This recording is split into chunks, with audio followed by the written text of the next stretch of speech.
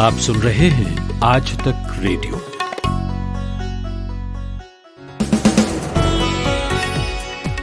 नमस्कार, 20 नवंबर है आज, दिन है शुक्रवार। हफ्ते का आखिरी कारोबारी दिन है और अब दिन तो क्या, फिलहाल तो शाम है। ठंड धीरे धीरे बढ़ रही है। मेरा नाम नितिन ठाकुर है और दिन भर की खबरों का पिटारा लेकर आ बैठा हूं आज तक रेडियो पर। इस इवनिंग न्यूज पॉडकास्ट का नाम है दिन भर। देश में कोरोना के मामले फिर बढ़ने लगे हैं। सही हालात क्या हैं, इसकी जानकारी लेंगे इंडिया टुडे की डेटा इंटेलिजेंस टीम से। फिर महाराष्ट्र की उद्धव सरकार में मची कलह का हाल भी लेंगे। क्यों लड़ रही हैं तीनों सत्ताधारी पार्टियां, बताएंगे आपको। इसके बाद पश्चिम बंगाल की टीएमसी में क्या हो रहा है वो भी जानेंगे। पीके यानी प्रशांत किशोर ने जैसे ही पांव धरे, टीएमसी नेताओं में हलचल मच गई और अब तो ओवैसी ने भी बंगाल में एंट्री मार ली है। फिर धरती की खबरें देने के बाद आखिर में आसमान की एक खबर भी बताएंगे आपको। साल के आखिर में ऐसा नजारा आसमान में दिखने वाला है जिसका इंतजार दुनिया के बहुत लोगों को है। और हाँ, आज छठ की महिमा भी छाई है। हिंदुस्तानी ही नहीं, अमेरिकी रंग भी घुले हैं।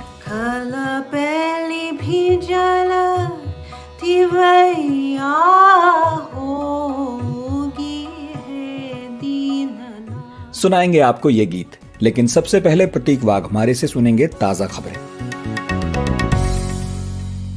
जम्मू कश्मीर के नगरोटा में आतंकियों के साथ मुठभेड़ के मामले में प्रधानमंत्री नरेंद्र मोदी की अगुवाई में हाई लेवल मीटिंग हुई। इस मीटिंग में गृह मंत्री अमित शाह, एनएसए अजित डोभाल, विदेश सचिव के साथ सभी खुफिया एजेंसियों के अफसर मौजूद रहे।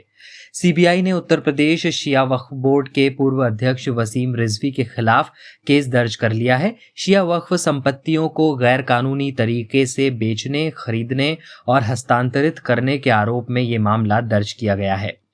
कोरोना के बढ़ते मामलों को देखते हुए महाराष्ट्र सरकार ने अहम फैसला लिया है। दिल्ली और मुंबई के बीच ट्रेन के साथ फ्लाइट सेवा को बंद किया जा सकता है। वहीं गुजरात में कोरोना के बढ़ते मामलों की वजह से अहमदाबाद प्रशासन ने 57 घंटे का कर्फ्यू लगाने का फैसला किया है। 4 दिनों तक चलने वाले छठ महापर्व का आज तीसरा दिन है। आज शाम को अस्ताचलगामी सूर्य को अर्घ्य दिया गया।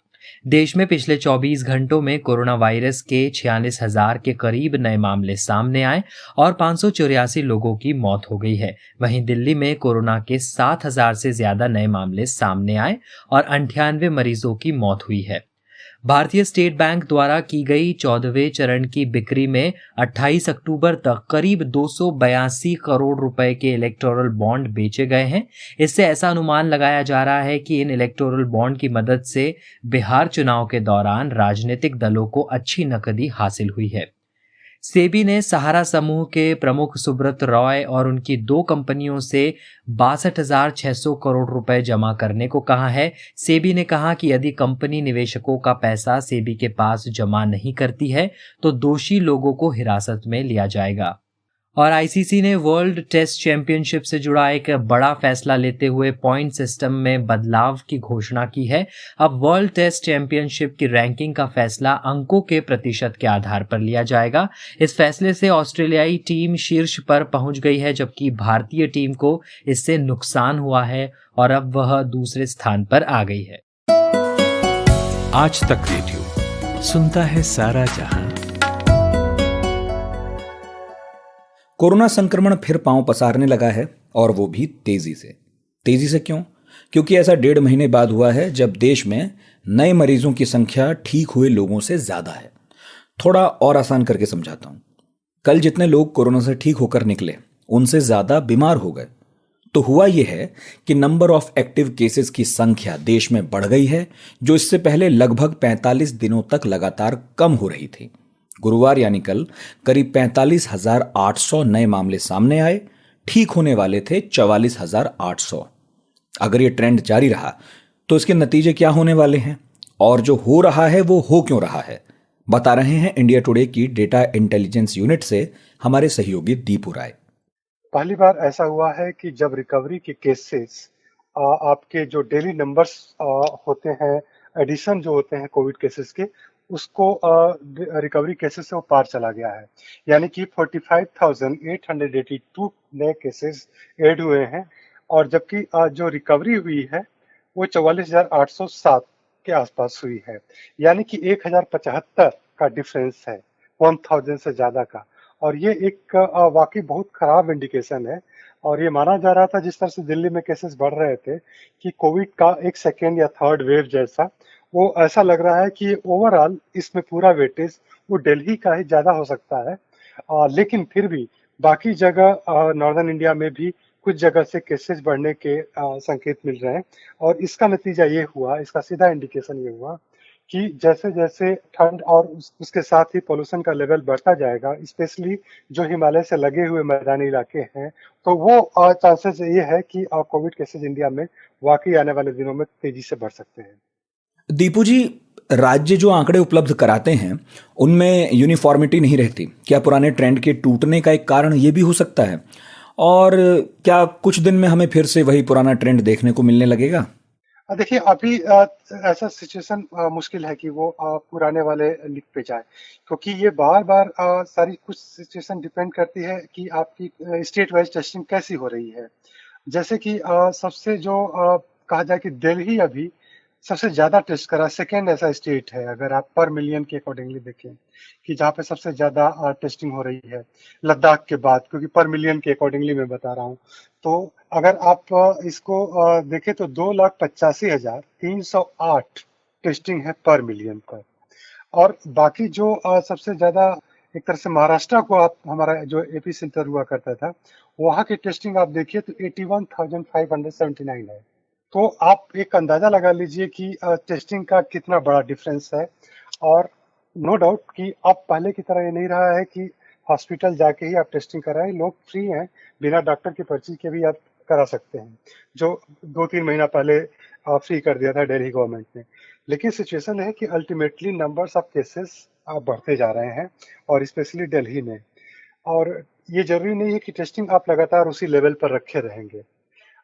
इसका सीधा संकेत ये है कि जो स्टेट्स कम टेस्टिंग कर रहे थे, वहां पे भी थोड़ी बहुत गुंजाइश पड़ रही है कि वो अपनी टेस्टिंग को बढ़ाना शुरू कर दिए हैं।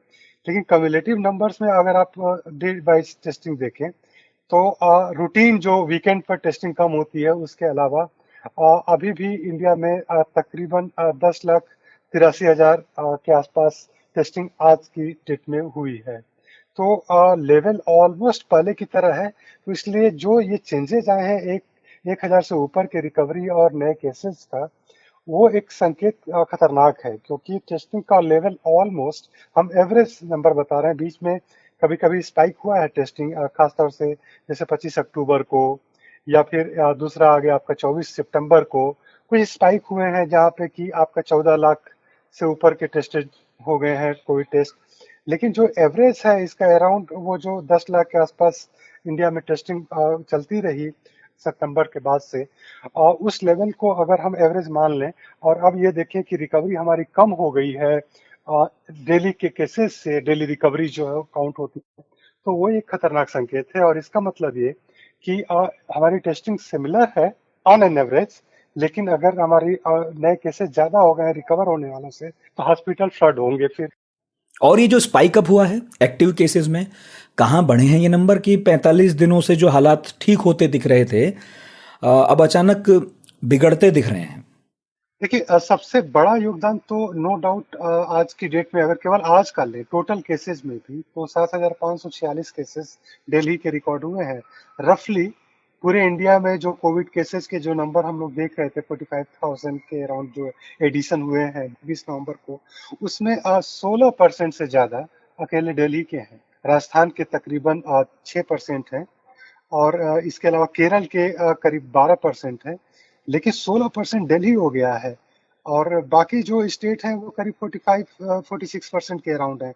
5 स्टेट जो टॉप के हैं, मैं अगर आपको बताऊं तो उसमें दिल्ली टॉप पे है, और महाराष्ट्र जो कि एपिसेंटर माना जाता था वो करीब 12% के साथ है। चौथा सबसे बड़ा एक इंडिकेशन आ रहा है वो वेस्ट बंगाल से आ रहा है, जैसे कि आज वहाँ पे तकरीबन 3,620 केसेस रिपोर्ट किए गए हैं, और 8%, यानी कि इंडिया का 8% केस केवल वेस्ट बंगाल से आया है। ये एक इंडिकेशन है कि दिल्ली, केरल और वेस्ट बंगाल, ये एक बड़े कहा जाए कि बड़ा चैलेंज कोविड को लेकर के फेस करना पड़ सकता है इन 3 स्टेट्स में। और ये नंबर हमको जो लग रहा है जिनका वेटेज बढ़ रहा है, वो इन्हीं 3 स्टेट्स की वजह से बढ़ रहा है। एक्टिव केसेस आज की डेट में अगर आप देखें कि सबसे ज्यादा कहाँ पे ऐड हुए हैं, तो उसमें आपको हैरानी होगी कि उत्तर प्रदेश तकरीबन 24% के साथ एडिशन किया है एक्टिव केसेस में। 803 नंबर है एक्टिव केसेस के अकेले आज की। और उसके बाद दिल्ली में है 763, यानी कि एक्टिव केसेस में यूपी टॉप पे है। और ये और ज्यादा खतरनाक है क्योंकि सबसे ज्यादा इवन वर्ल्ड हेल्थ ऑर्गेनाइजेशन ने भी अप्रिशिएट किया कि यूपी बेटर कर रहा है, लेकिन वहाँ एक्टिव केसेस अगर डे वाइज 803 बढ़ रहे हैं और दिल्ली में एक्टिव केसेस 763 हैं, बढ़े हैं। और बाकी छत्तीसगढ़ में 651। मैं आपको टॉप 5 के स्टेट्स के बता रहे हैं जो एक्टिव केसेस के अकॉर्डिंगली है।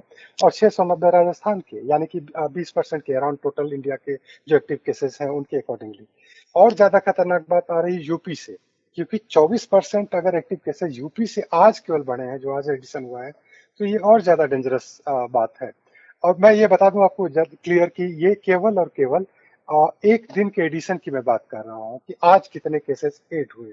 अगर कम्युलेटिव फॉर्म में देखें कि एक्टिव केसेस सबसे ज्यादा कहाँ ऐड हुए हैं, उनका एडिशन आज पूरे इंडिया में सबसे ज्यादा कहाँ से रहा है, तो अभी भी वो महाराष्ट्र से है, 80,728 एक्टिव केसेस। और जबकि केरल में 68,357 है।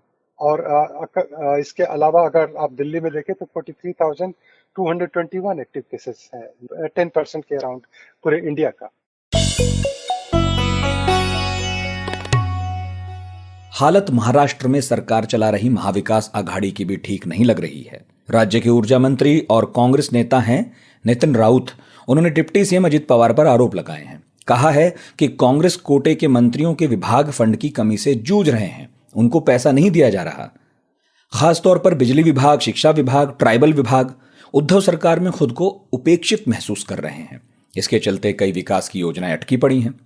कहा जा रहा है कि ऊर्जा मंत्री नितिन राउत ने कहा है कि भारी बिजली बिलों से जनता नाराज है, लेकिन वो किसी को राहत नहीं दे पा रहे क्योंकि उनके पास ही फंड नहीं है।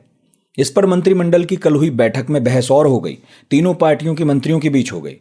खबरों के मुताबिक सीएम ने बीच बचाव किया और कहा कि वो ऊर्जा मंत्री के साथ अलग से बात कर लेंगे। तो महाविकास आघाड़ी को ये जो बिजली के बिलों की वजह से झटके लग रहे हैं, उस पर हमने ज्यादा जानकारी लेने के लिए कमलेश सुतार को फोन किया। कमलेश मुंबई में आज तक रेडियो रिपोर्टर हैं। कमलेश, एक साल से कांग्रेस के मंत्री अपने आरोप दोहरा रहे हैं, कह रहे हैं कि हमारे विभागों को फंड ही नहीं मिल रहा। नितिन राउत तो कह रहे हैं 8-8 बार राहत का प्रस्ताव भेजा है, लेकिन हर बार नामंजूर हो गया। बाला साहेब थोराट भी कह रहे थे कि कांग्रेस शासित लोकल बॉडीज को फंड नहीं जारी हो रहे। परिवहन विभाग को 10,000 करोड़ का पैकेज दिया गया और ये जो है वो शिवसेना के अनिल परब के पास है। तो क्या कांग्रेस के साथ सचमुच सौतेला व्यवहार हो रहा है? देखिए नितिन, ये पहली बार नहीं ऐसा हो रहा है कि कांग्रेस के किसी भी बड़े मंत्री ने इस तरह का आरोप लगाया हो। बता दें कि इससे पहले भी एक बार खुद अशोक चौहान और बाला साहेब थोरात मातोश्री गए थे, मुख्यमंत्री उद्धव ठाकरे से मिले थे और ये कहा था कि कांग्रेस के मंत्रियों को बड़े-बड़े फैसलों में साथ में नहीं लिया जाता है। उन्होंने अपनी नाराजगी साफ जता दी थी। कुछ अधिकारी है मंत्रालय में आला अधिकारी जो कांग्रेस के मंत्रियों को विशेषकर डिसीजन मेकिंग में जो भी निर्णय प्रक्रिया है उसमें शामिल नहीं कर लेते और ये मांग को लेकर उन्होंने उद्धव ठाकरे से मुलाकात की थी। उस वक्त हालांकि उद्धव ठाकरे ने उनको समझाया था और ये मामला उस वक्त थम गया था। लेकिन अब नितिन राउत ऊर्जा विभाग के मंत्री है और ऊर्जा विभाग पिछले कुछ दिनों से लगातार चर्चा में है। लॉकडाउन के दिनों में जो महंगे बिल आए हुए हैं कंज्यूमर्स को, उसको लेकर काफी असंतोष है। जहां पर 2,000 के बिल आते थे वहां पर लोगों को 10-10 हजार के बिल आए और मामला सियासी बनता जा रहा है। इसको लेकर राजनीति गर्माती हुई नजर आ रही है। उसी तरफ जब एक बयान दिया गया था नितिन राउत की तरफ से कि हम लोगों को राहत देंगे। कई दिनों पहले उन्होंने बयान दिया था, लेकिन अब उनका एक हाल फिलहाल में बयान आया था कि लोगों को जो बिल है वो भरने पड़ेंगे, सरकार किसी भी तरह की राहत नहीं दे सकती।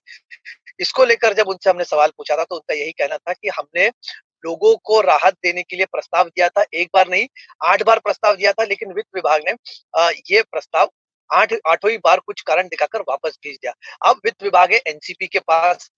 एनसीपी के अजीत पवार जो मुख्यमंत्री भी है उनके पास ये डिपार्टमेंट है। उन्होंने इस मांग को एक तरह से ठुकरा ही दिया और इसके लिए कांग्रेस में नाराजगी, क्योंकि लोगों में नाराजगी बढ़ रही है ऊर्जा विभाग की तरफ और दूसरी तरफ ये प्रस्ताव ठुकराया जा रहा है। तो इसलिए कहीं ना कहीं अनबन छोटी-छोटी चीजों को लेकर लगातार सामने आ रही है, लेकिन इस बार ये मुद्दा काफी गंभीर है। भारतीय जनता पार्टी ने इस मुद्दे को लेकर आंदोलन करने की बात कही है। साथ ही साथ महाराष्ट्र नवनिर्माण सेना ने भी इस मुद्दे को लेकर रास्ते पर उतरने की बात कही है और ऐसे में ऊर्जा विभाग अगर ये कहता है कि प्रस्ताव देने के बाद भी हमें इसको राहत देने के लिए प्रस्ताव उसको पारित नहीं किया जा रहा, तो ये कहीं ना कहीं जो सीरियस डिफरेंसेस है महाविकास आघाड़ी में वो दर्शाता है। अच्छा, महाविकास आघाड़ी के इन मतभेदों पर एनसीपी क्या कह रही है? क्योंकि मुख्य तौर पर तो ये जो झगड़ा है वो कांग्रेस और शिवसेना के बीच है ना? नहीं, तीनों पार्टियों का दरअसल अगर देखा जाए इसमें स्टेक्स होंगे। कभी नाराजगी कांग्रेस की एनसीपी से होती है, एनसीपी की शिवसेना से होती है, शिवसेना की कांग्रेस की तरफ होती है। 3 पार्टियों की सरकार दरअसल महाराष्ट्र में 3 बड़े दल पहली बार आकर सरकार चला रहे हैं और जब भी सवाल पूछा जाता है मुख्यमंत्री से या किसी आला मंत्री से तो जवाब यही होता है कि तीनों पार्टियों की सरकार है, हम लोगों का कॉमन मिनिमम प्रोग्राम एक ही, छोटी-छोटी चीजों को लेकर ऐसे डिफरेंसेस ऑफ ओपिनियन तो आते रहते हैं, लेकिन फिलहाल एनसीपी ही इस पूरे केस में बड़ी भूमिका में नजर आ रही है, क्योंकि वित्त विभाग जो है एनसीपी के पास है, अजित पवार फाइनेंस मिनिस्टर है, उनके पास फंड्स देना है और अगर वो प्रस्ताव रिजेक्ट करते हैं तो कांग्रेस की नाराजगी एक तरफ एनसीपी की तरफ होती हुई नजर आती है। तो शिवसेना अब इस मसले को किस तरह हैंडल करेगी, क्योंकि मुद्दा उठा है शिवसेना को फंड्स देने का। शिवसेना के पास जो ट्रांसपोर्ट डिपार्टमेंट है उसको 10,000 करोड़ की मदद दी गई है, लेकिन यहाँ पर जो कि लोगों में प्रक्षोभ बढ़ रहा है, लोगों में गुस्सा बढ़ रहा है, ऐसे वक्त ऊर्जा विभाग को ज्यादा तवज्जो देने की जरूरत थी, वो नहीं मिल रहा। इसलिए तीनों पार्टियां अब इस मुद्दे को लेकर कैसे सुलझाती है वो आने वाले दिनों में देखना पड़ेगा। क्या मुख्यमंत्री उद्धव ठाकरे तीनों पार्टियों की फिर से बैठक बुलाकर इस पर कोई फैसला लेते हैं या इसी तरह की अनबन चलती रहेगी, ये भी देखना अहम होगा। देवेंद्र फडणवीस ने तो भविष्यवाणी की थी कि उद्धव सरकार खुद गिर जाएगी। कुछ हिंट था क्या उनके पास? नहीं, देखिए आपसी मतभेद तो तीनों पार्टियों में चले आ रहे हैं। मैंने जैसा पहले भी आपको बताया कि तीनों पार्टियों की सरकार है, 3 अलग-अलग दल है और तीनों अलग-अलग आइडियोलॉजी वाली पार्टीज है। शिवसेना एक तरफ एक जमाने में हिंदुत्ववादी पार्टी थी, कांग्रेस एक बड़ी सेक्युलर पार्टी थी, एनसीपी महाराष्ट्र में अपनी अलग आइडियोलॉजी लेकर चलने वाली पार्टी। तो तीनों एकदम ही अलग आइडियोलॉजी को लेकर चलने वाली पार्टी साथ में सरकार चला रही है। तो जाहिर सी बात है ऐसे मुद्दों को लेकर जो आइडियोलॉजी से जुड़े हुए मुद्दे उनको लेकर अगर कोई बात होती है, अनबन होती है तो समझना तो लाजमी है। लेकिन प्रशासन को लेकर जब ऐसी बातें सामने आती है, एक दूसरे को प्रशासन में तवज्जो ना देने की बात सामने आती है, तो आगे चलकर शायद ये मसले गंभीर होते हैं। अगर इसको जल्द ही निपटाया नहीं गया, इन मसलों को सुलझाया नहीं गया, तो आगे चलकर ये मुद्दे बढ़ सकते हैं। और विशेषकर कांग्रेस की जिस तरह से नाराजगी रही है, पहले दिन से कांग्रेस के मंत्रियों ने, आला मंत्रियों ने, अशोक चव्हाण जैसे मंत्री, बाला साहब थोराट जैसे मंत्री, नितिन राउत भी एक वरिष्ठ मंत्री है, कांग्रेस के राष्ट्रीय एससी सेल के अध्यक्ष है वो, उनको अगर इस तरह की नाराजगी, उनको अगर तवज्जो नहीं दी जा रही, तो कांग्रेस को भी इस बात को लेकर कुछ ना कुछ निर्णय लेना होगा। और कांग्रेस फिलहाल सिर्फ कंप्लेंट के मोड में है, ये मामले सुलझाने के मोड में है। बाला साहब थोरात ने, जैसा आपने पहले जिक्र किया कि बाला साहब थोरात कह रहे कि लोकल बॉडीज को फंड्स नहीं दिए जा रहे जहां पर कांग्रेस का शासन है। अगर ऐसा ही मुद्दा लगातार चलता रहा तो कांग्रेस का जो निचले स्तर का कार्यकर्ता है, ग्राउंड लेवल का कार्यकर्ता है, उसको ज्यादा तकलीफ होगी। और नेताओं को, जो विशेषकर इनको जवाबदेही जिनकी इन लोगों की तरफ है, अगर उनको कुछ फंड्स नहीं मिलते, उनको लोगों के प्रति काम करने को नहीं मिल रहा, तो कांग्रेस को ऐसा शायद इस मुद्दे को लेकर कांग्रेस को एक ठोस भूमिका लेनी पड़ेगी कि क्या इस सरकार में रहकर अगर कुछ उनको तवज्जो नहीं दिया जा रहा तो आगे चलकर सरकार में रहे ना रहे। तो उद्धव ठाकरे देखते कितने दिनों में इसके बारे में निर्णय लेते हैं और क्या निर्णय लेते हैं। आज तक रेडियो, aajtak.in/radio, ये हमारा पता है, लेकिन हम आपके पसंदीदा ऑडियो प्लेटफॉर्म्स पर भी हैं। Google podcast, Apple podcast, Spotify, Jio Saavn जैसे ठिकानों पर भी आप हमें सुन सकते हैं। और अगर YouTube आपकी पसंदीदा जगह है तो वहां पर भी हमें सब्सक्राइब कीजिए। आज तक रेडियो, सुनता है सारा जहां। महाराष्ट्र के बाद हाल लेते हैं बंगाल का। सियासत में उबाल वहां भी खूब है। ममता बनर्जी की टीएमसी के एक एमएलए हैं नियामत शेख, खुलकर कह रहे हैं चुनाव में अगर टीएमसी को झटका लगा तो जिम्मेदार प्रशांत किशोर होंगे। कूच बिहार के विधायक हैं मिहिर गोस्वामी, उन्होंने भी पीके पर अपना गुस्सा दिखाया, ट्वीट किया। और उधर शुभेंदु अधिकारी जैसे दिग्गज भी हैं जिनकी खटपट ममता बनर्जी से हो ही गई है। पीके जो हैं वो ममता के भतीजे और सांसद अभिषेक बनर्जी के साथ मिलकर काम कर रहे हैं और हाल फिलहाल उनका पार्टी में कद भी बढ़ा है। तो कहा यह जा रहा है कि प्रशांत किशोर की टीएमसी के दिग्गजों से बन नहीं रही है। दूसरी तरफ ओवैसी हैं जिनके हौसले बिहार नतीजे के बाद बढ़ गए हैं। वो ममता बनर्जी को सियासी गठबंधन की ऑफर दे रहे हैं। तो ये दो अहम मुद्दे हैं जिन पर मैंने बात की India today TV editor Manogya Loiwal से।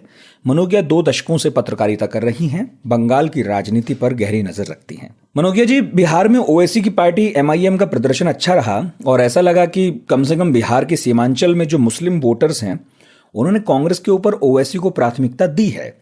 अभी उनकी पार्टी की बंगाल में क्या संभावनाएं दिख रही हैं?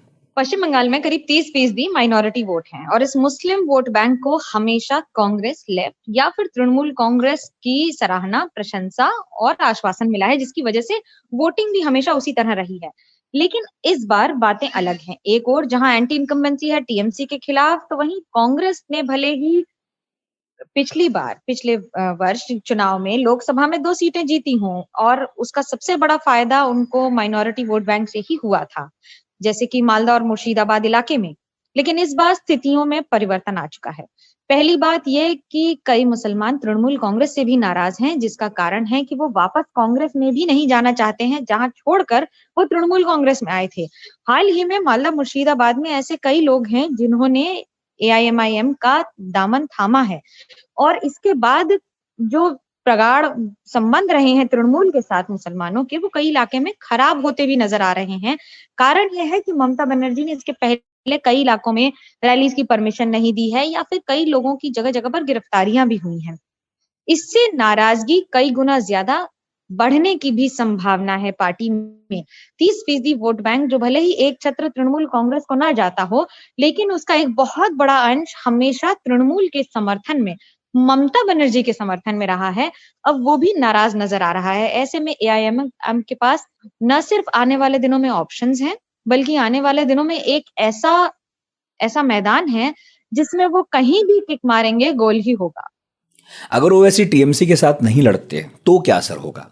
देखिए, ये सारी बैकडोर चैनल टॉक्स होती हैं और इनमें कई बातें ऐसी होती हैं जो सामने आती हैं, कई नहीं आती हैं। कई बार ऐसा भी होता है कि पार्टी खुद ही फैलाना पसंद करती है इन सब बातों को, जिससे तृणमूल कांग्रेस और मीम के गठबंधन को, जो अब तक पार्टी या ये कहें कि बी टीम माना जाता है बीजेपी का, एआईएमआईएम को, खासतौर से बिहार इलेक्शन के बाद से, क्योंकि स्ट्रेटेजिकली उन्हीं इलाकों में बाकी पार्टियां हारती हैं जहां पर फायदा बीजेपी को हो रहा हो या फिर बाकी पार्टियों को नुकसान हो रहा हो।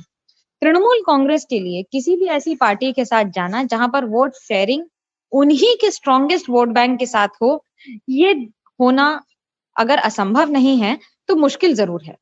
अच्छा, दूसरी एक और खबर है, प्रशांत किशोर की वजह से टीएमसी के भीतर दरार तो नहीं पर मतभेद की खबरें हैं। कुछ विधायकों ने सवाल उठाए हैं। असल में क्या है, क्या हो रहा है? एक क्षेत्रीय दल में जो ओहदा उनके नेता का होता है, वो किसी और व्यक्ति का नहीं हो सकता है। मुख्यमंत्री ममता बनर्जी न सिर्फ एक क्षेत्रीय दल की नेत्री हैं, बल्कि मुख्यमंत्री भी हैं और साथ ही साथ एक ऐसी नेता हैं जिन्होंने बंगाल में लेफ्ट के वर्चस्व को पूरी तरह से धराशायी करके जीत की स्थापना की थी, अपनी सरकार की स्थापना की थी।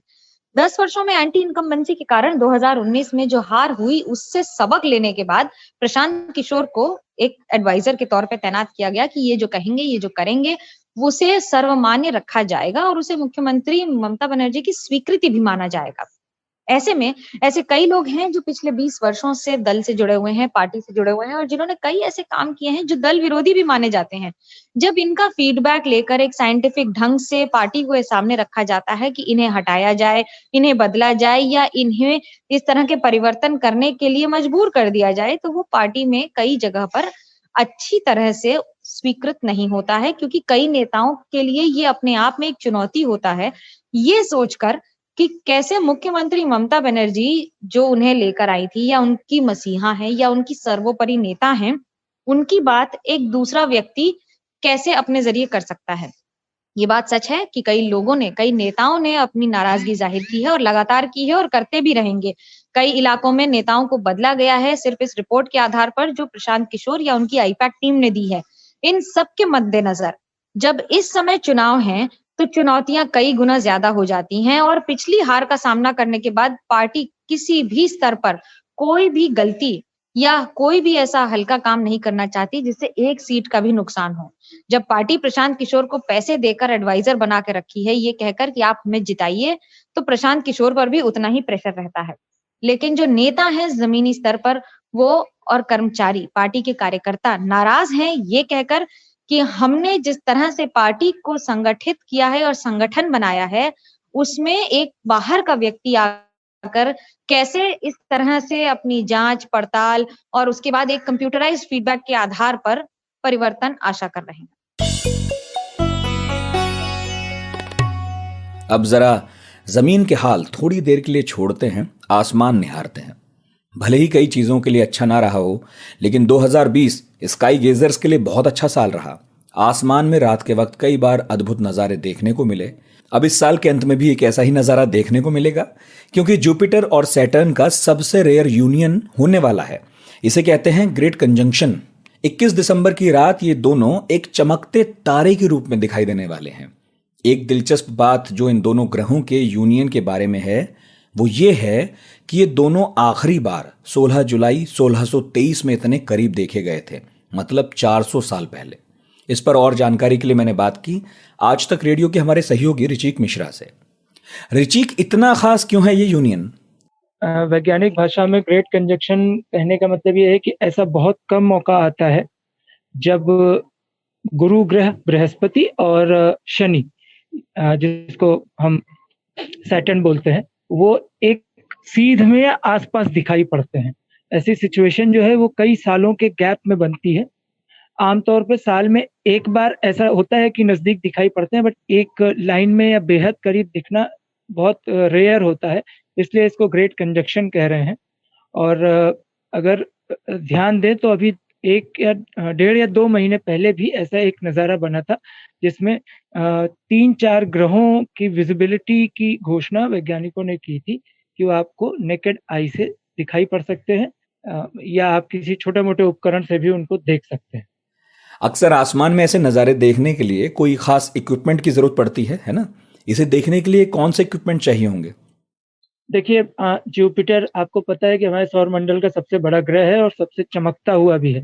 और सनसेट के बाद जब चंद्रमा निकलता है तो उसके बाद 2 तारे जो हैं वो सबसे ज़्यादा दिखाई पड़ते हैं, अगर वो हमारी लाइन लेंथ में है। एक तो शुक्र दिखाई पड़ता है बहुत तेज चमकता हुआ, दूसरा दिखता है बृहस्पति, अगर वो आपके साइट वाली लाइन पे है, मतलब आपका जो आप जिस रेखा में आसमान में है वो सिधाई पे है या पृथ्वी के नहीं। तो इस बार है तो जुपिटर तो आपको नंगी आंखों से चमकता हुआ दिख जाएगा। सैटर्न देखने के लिए आपको बाइनोक्यूलर्स, जिसको दूरबीन बोलते हैं, या फिर छोटे टेलीस्कोप से भी आप देख सकते हैं, या वो लेंसेज जो जिनसे एनवायरमेंटल कंजर्वेशन जो ये होते हैं, पर्यावरणविद, ये जो पक्षियों को देखते हैं दूर से, वैसे उपकरणों से आप उसको देख सकते हैं। तो दूरबीन हो गई, छोटे टेलीस्कोप हो गया।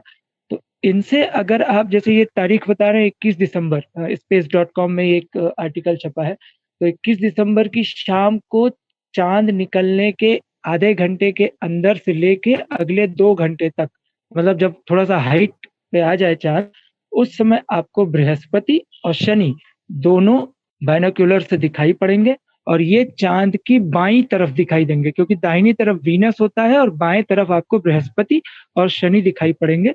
बृहस्पति के आपको जो बृहस्पति की जो चंद्रमा है, जो वहाँ के मून है, वो भी आपको छोटे-मोटे दिख सकते हैं अगर आपका टेलीस्कोप या बाइनोक्यूलर थोड़ा-सा पावरफुल है।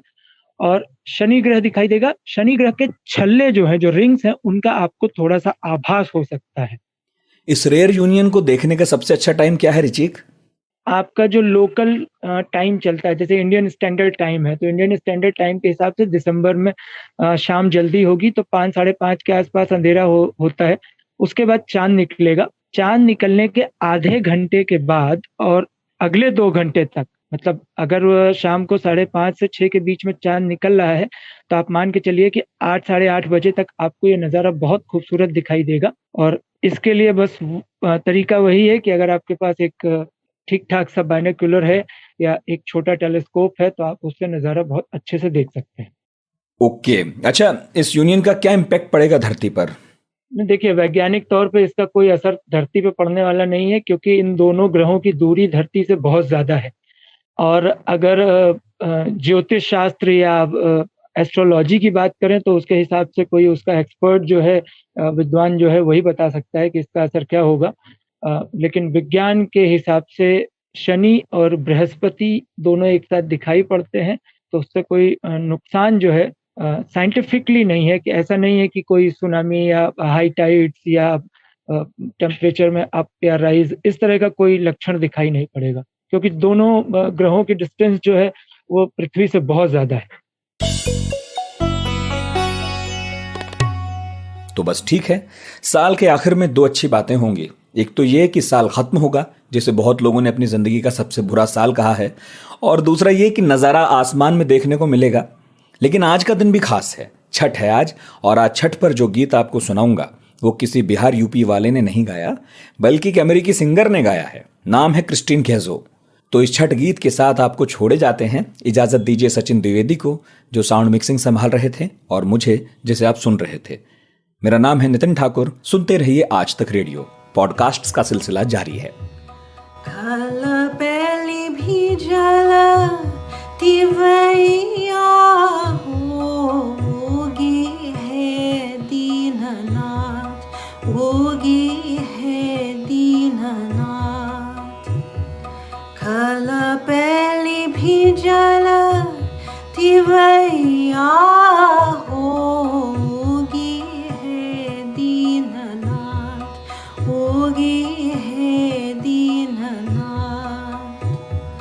खटलों से कटे ना समैया होगी है दीननाथ, होगी है दीननाथ।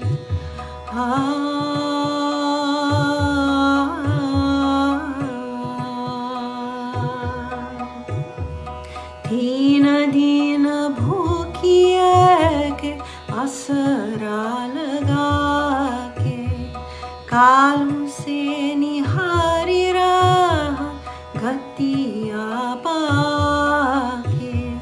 दीन दीन भूखिए के असरा लगा के, कालू से निहारी रहा गतिया पाके।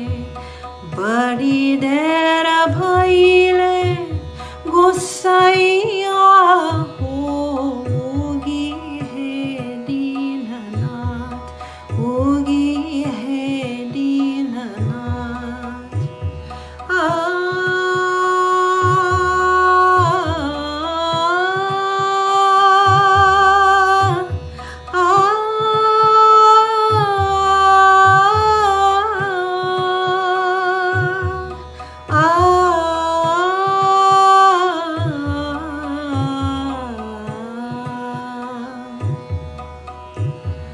ललकी ललैया से होई नाई सारा, केहू नाई जागी सूतल रही जाग सारा।